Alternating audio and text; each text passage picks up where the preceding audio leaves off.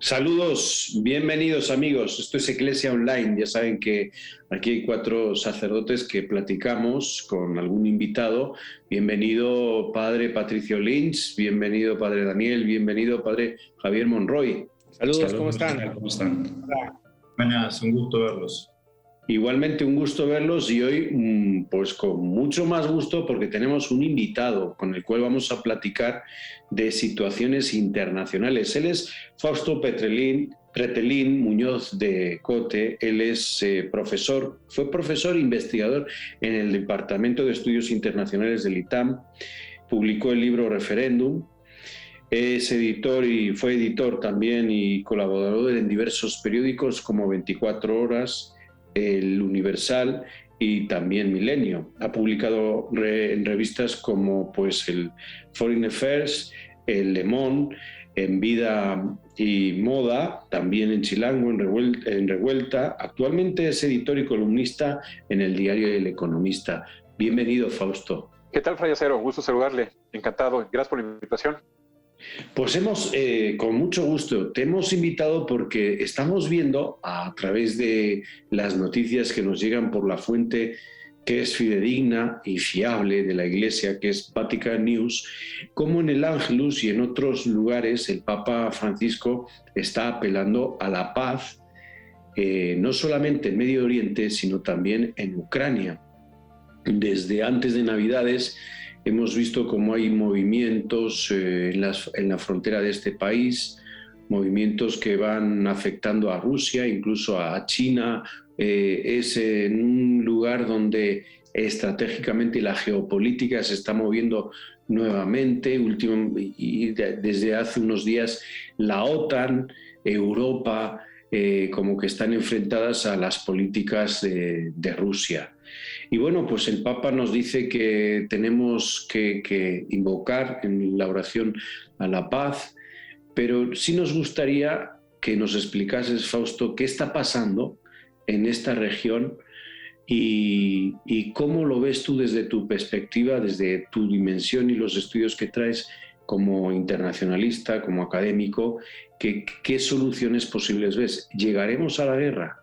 Y a partir de lo que tú nos dices vamos a establecer aquí un diálogo más que una discusión. Adelante, Fausto.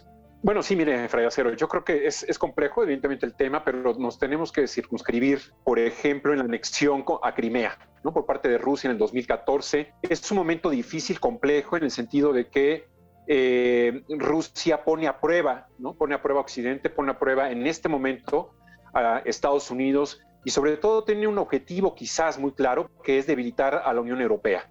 Eso creo que es el objetivo por el cual ha desplazado a más de 100,000 tropas en la frontera con Ucrania.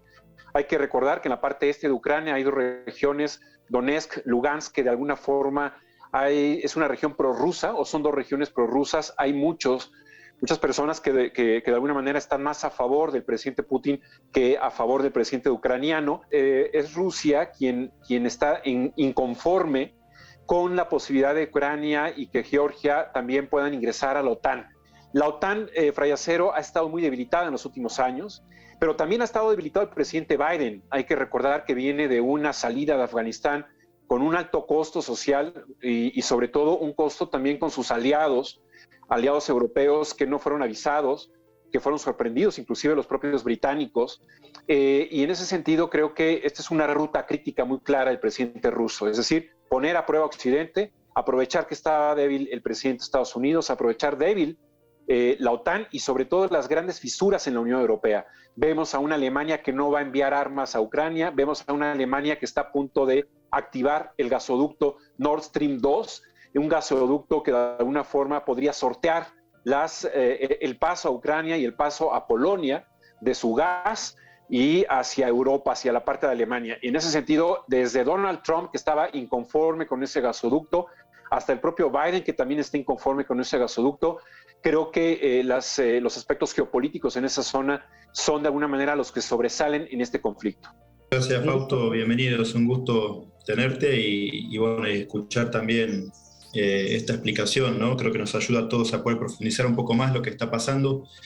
se me ocurría, qué triste, ¿no? Que pareciera que en la historia de la humanidad vuelven a sonar tambores de guerra, como que no terminamos de aprender, ¿no? Y en este sentido, bueno, nos estás expresando acerca de la complejidad de esta situación, ¿no? Y se me ocurría pensar, estamos en un punto de intersección entre Oriente y Occidente, ¿no? Es como un punto de bisagra entre un mundo de comprensión y otro mundo de comprensión.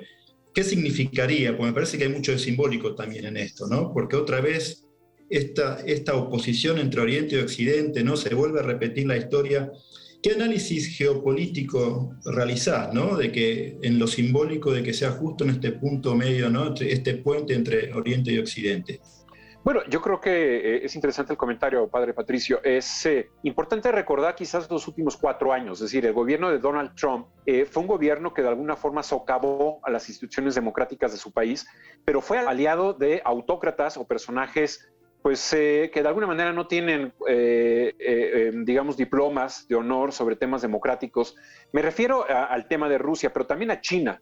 Hay un combate con China, sí, que no fue concluido por parte de Donald Trump, y que creo que desde el punto de vista geopolítico, China y Estados Unidos son de alguna manera las potencias que se van a confrontar en los próximos 25 años. Rusia no es una potencia económica, es una potencia sí geopolítica desde el punto de vista de que tiene gas, petróleo, que son bienes escasos y que todavía tienen una elevada demanda a nivel internacional, pero en términos económicos su Producto Interno Bruto es similar al de países como el de España, ¿no? Es decir, hay que dimensionar esa fortaleza, esa debilidad que tiene Rusia en términos económicos, es un país muy grande, y que yo creo que, si se permite la expresión, este pataleo es precisamente del presidente Putin, es para medir la capacidad que tiene Estados Unidos, pero sobre todo lo más peligroso me parece es la alianza que está conformando con China. Es decir, China ya está de alguna forma mucho más cerca, ha dado muestras de acercamiento a Rusia en este problema con Ucrania, y creo que este es el problema, o este es el punto que tendríamos que estar observando a largo plazo, ¿no? Es decir, el papel que tiene China frente a los Estados Unidos. No con esto quiero decir que esto pueda ser una anécdota, algo muy marginal, porque los tambores de guerra están sonando, la confrontación, o más bien las tropas están ahí, ¿no? En las fronteras, y la OTAN se está reactivando, ¿no? Pero yo creo que el tema geopolítico de China versus Estados Unidos es el tema clave. Saludos, Fausto, bienvenido aquí al programa. Gracias. A mí me surge una cuestión importante, ¿no? A ver si tú nos puedes dar tu opinión, ¿no? Que es sobre las instituciones, las organizaciones que tenemos a nivel internacional, que yo creo supuestamente es para establecer buenas relaciones, para mantener una paz, etcétera. Pero a mí me gustaría que nos dijeras, tanto en este conflicto del que estamos hablando, como a lo mejor a nivel general en todos los conflictos, o sea, la OTAN, la ONU, no sé, las comisiones europeas, todas estas organizaciones realmente nos están sirviendo para mantener la paz. Yo sé que es un tema muy, muy serio, ¿no? Pero me gustaría saber tu opinión, porque yo creo que en realidad parecería como que no tienen apenas mucha influencia a veces, ¿no? Sí, yo creo que es importante lo que usted menciona desde el punto de vista de que son organismos multilaterales, por ejemplo la ONU o la propia Unión Europea, que fueron creados después de la Segunda Guerra Mundial y de alguna manera fueron creados para tener una especie de seguro, ¿no? Contra las guerras, los actos bélicos, particularmente la Unión Europea, ¿no? Es decir, el Tratado del Carbón y el Acero en 1956 es evidente que habla de que los primeros 6 integrantes, ¿no? Como es Francia, Alemania, Bélgica, Países Bajos, Luxemburgo, Italia, de alguna manera pusieron en una cesta común la materia prima para hacer la guerra. Y yo creo que el hecho de que sean muchos países y no solamente 2 los que estén en una mesa es importante para que no derive todo en conflictos bélicos. Pero si miramos, por ejemplo, y creo que la Unión Europea ha cumplido esto, ¿no? Quizás ese paréntesis en lo que era la Yugoslavia en 1992, pero más allá de eso creo que ha cumplido. Es decir, Francia y Alemania se cansaron de hacer la guerra entre ambos países durante varias veces, no solamente en el siglo pasado, sino antes del siglo pasado. y lo ha cumplido. La ONU, solamente el Consejo de Seguridad tiene, si se permite la expresión, dientes, ¿no? Es decir, el Consejo de Seguridad sí tiene una visión y una capacidad y una fortaleza supranacional, que están sobre las constituciones o sobre las naciones, las soberanías de las naciones. Sin embargo, si analizamos quiénes componen el Consejo de Seguridad de manera permanente, pues vemos que Rusia, China y Estados Unidos nunca se van a poner de acuerdo. En ese sentido está colapsado el Consejo de Seguridad. Es necesario reformarlo, es necesario ampliarlo de manera permanente para varios países, ¿no? Muchísimas gracias, Fausto. Es un gusto escucharte, porque creo que así como nosotros cuatro, las personas que nos están viendo en este momento, pienso que podemos ir poniendo en orden algunos de los elementos que has mencionado y subrayado con tanta importancia. Yo quisiera puntualmente, y ya para cerrar este primer bloque, solamente preguntarte cómo podemos interpretar este conflicto, es decir, de la localidad de este conflicto entre estos dos países, cómo podemos interpretar este conflicto a lo universal, a lo más grande. ¿Qué nos quiere decir este conflicto a lo universal, ¿no? La localidad, la especificidad de este conflicto, ¿qué nos quiere decir del resto? Sí, gracias, padre Portillo. Mire, yo creo que el mensaje que tendríamos que estar leyendo es: la incertidumbre está presente, no está la paz decidida a pesar de los organismos multilaterales. Y yo creo que desde el tercer elemento es, desde mi punto de vista, lo más grave. Cómo potencias como Estados Unidos, que de alguna manera pues ya estaban seguras de que iban a ser liberales desde el punto de vista político y que la democracia no se iba a poner en riesgo, pues es todo lo contrario. Si Estados Unidos está confrontado, polarizado, creo que pues cualquier democracia puede caer en ese mismo escenario, ¿no? De la polarización. El mensaje es ese, ¿no? Es decir, la incertidumbre está latente, no está garantizada la paz, y las democracias, por muy antañas que sean, sus pilares pueden debilitarse en cualquier momento. Muchas gracias. Vamos a una pausa, Fausto, si te parece, si les parece también a ustedes, vamos a una pausa. Esto es Eclesia Online, enseguida volvemos.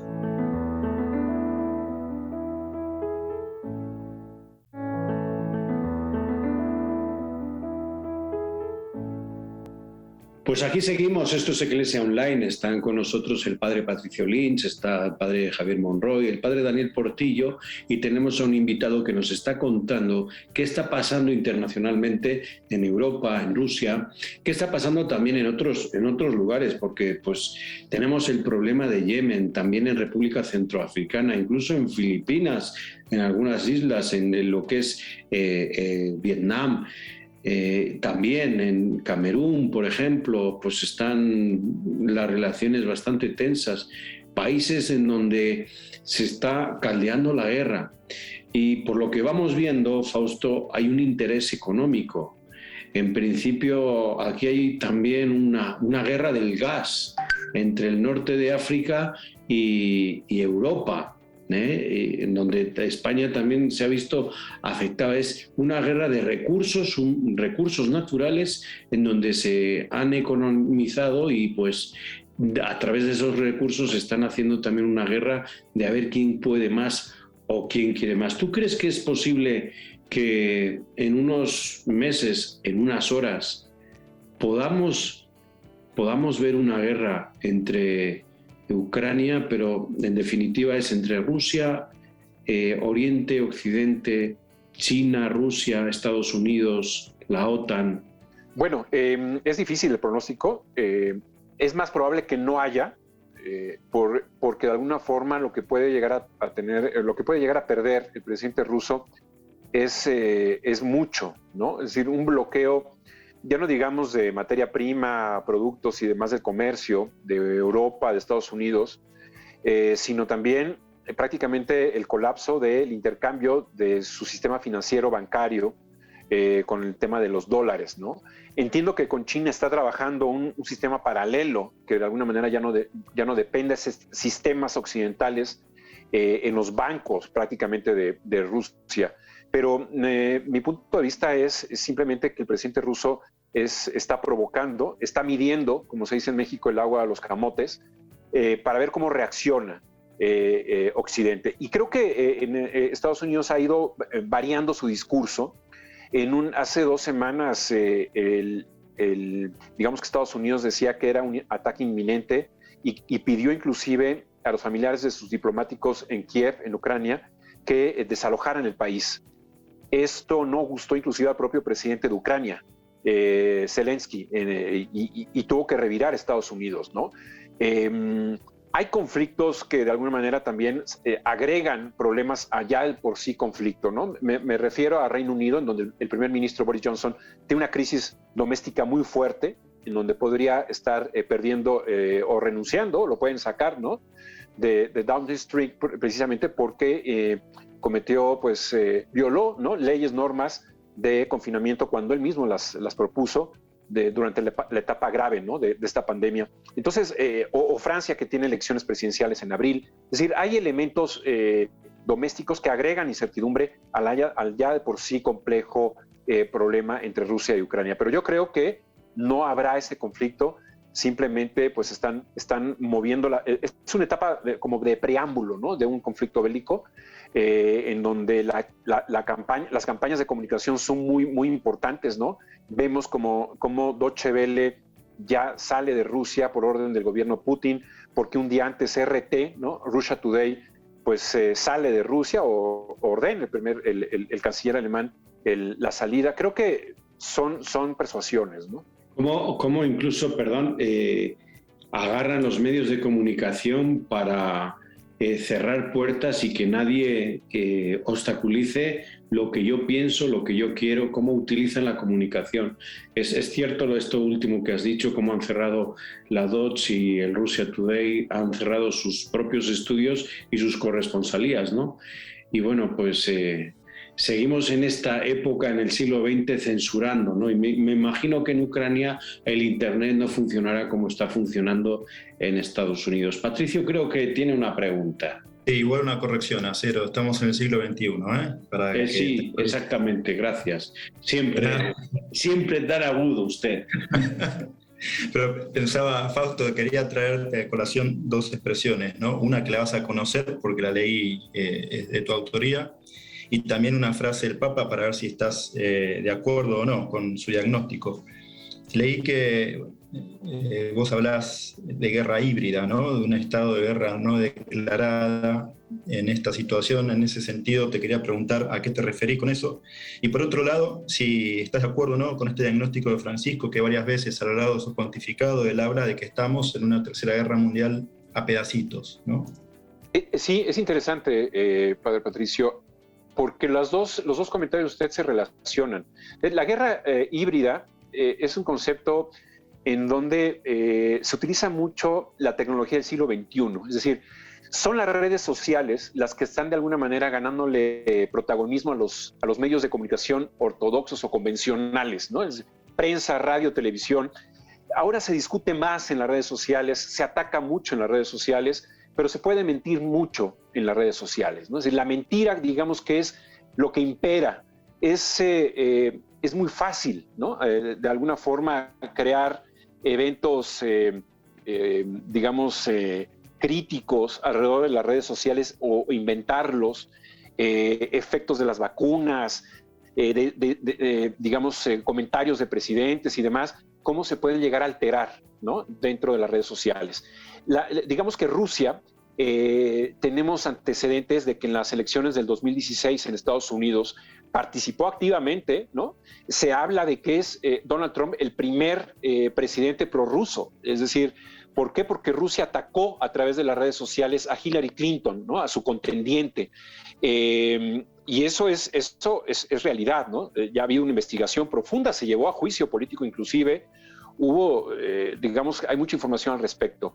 Guerra híbrida es eso. Yo creo que lo que dice el Papa tiene mucha razón, en el sentido de que a pedacitos estamos observando cómo estas guerras híbridas están desmoronando o afectando los basamentos de las democracias, las relaciones internacionales, la credibilidad, la confianza de los presidentes, de los primeros ministros.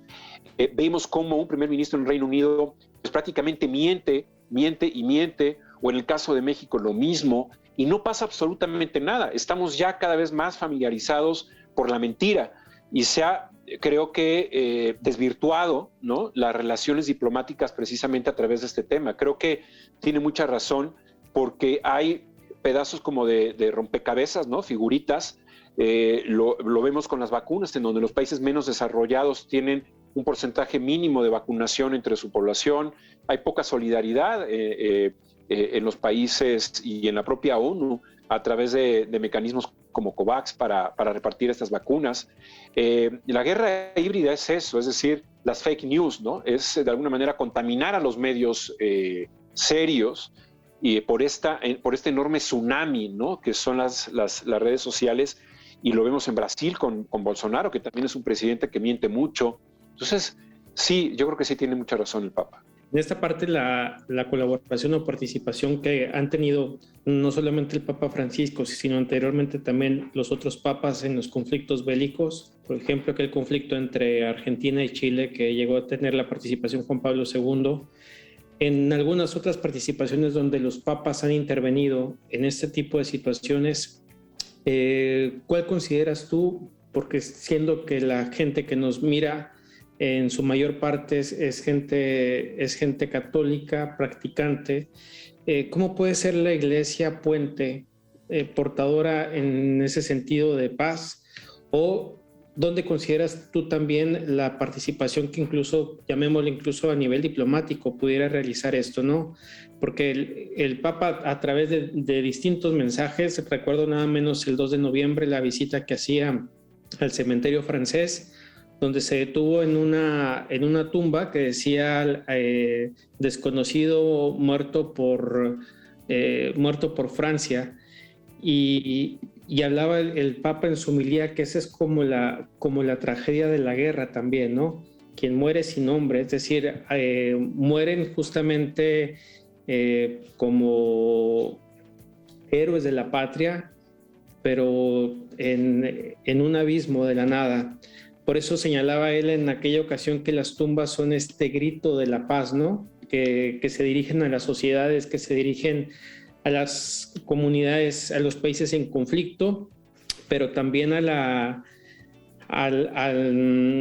industria de las armas. Ese mensaje particularmente del 2 de noviembre, donde decía Francisco, fabricantes de las armas, deténganse ya, ¿no?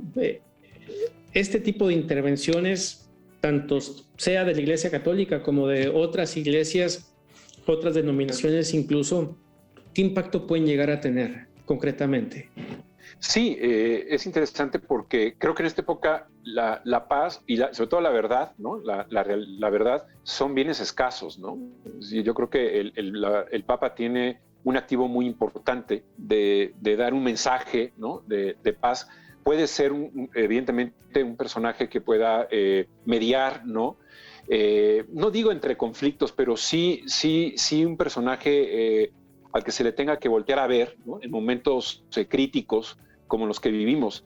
Cuando me preguntaban sobre la guerra híbrida, recordaba a algunos rusos vestidos de civil, pero eran prácticamente militares, como en Crimea, en realidad, pues estaban actuando a favor del gobierno de Rusia.